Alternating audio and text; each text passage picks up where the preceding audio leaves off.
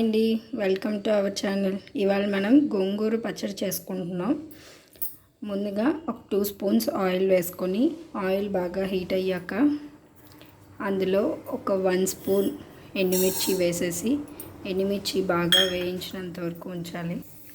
ఎండుమిర్చి మెంతులు వేగాక ఒక 15 ఎండుమిర్చి బాగా వేయించాలి సిమ్లోనే ఉంచి. వాటిని ఒక మిక్సీ జార్లోకి తీసేసాం.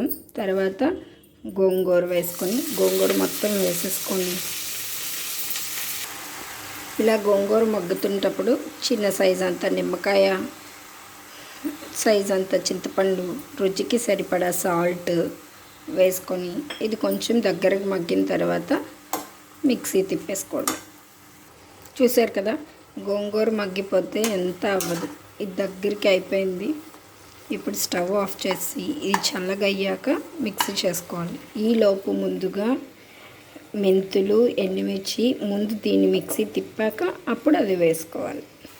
ఇది ఇలా ఫైన్ పౌడర్ లాగా మెంతులు, ఎండుమిర్చి మిక్సీ తిప్పేసుకొని ఇది కూడా దగ్గరికి అయిపోయింది. ఇంకా స్టవ్ ఆఫ్ చేసేసి చల్లగా అయ్యాక మిక్సీ చేసుకొని అప్పుడు మళ్ళీ ఇంగువ, కరివేపాకు, ఆవాలు వేసి తాలింపు పెట్టుకోవడం.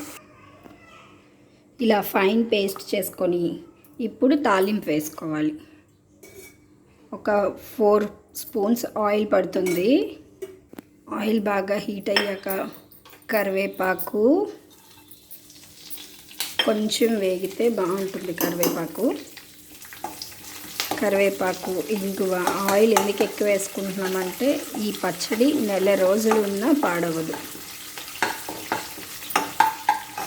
మా అమ్మమ్మ దగ్గర నేర్చుకున్నాను ఇది.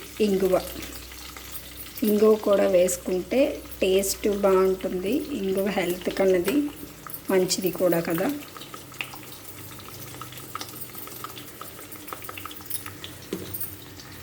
సో ఇలా కరివేపాకు వేగాక పచ్చడి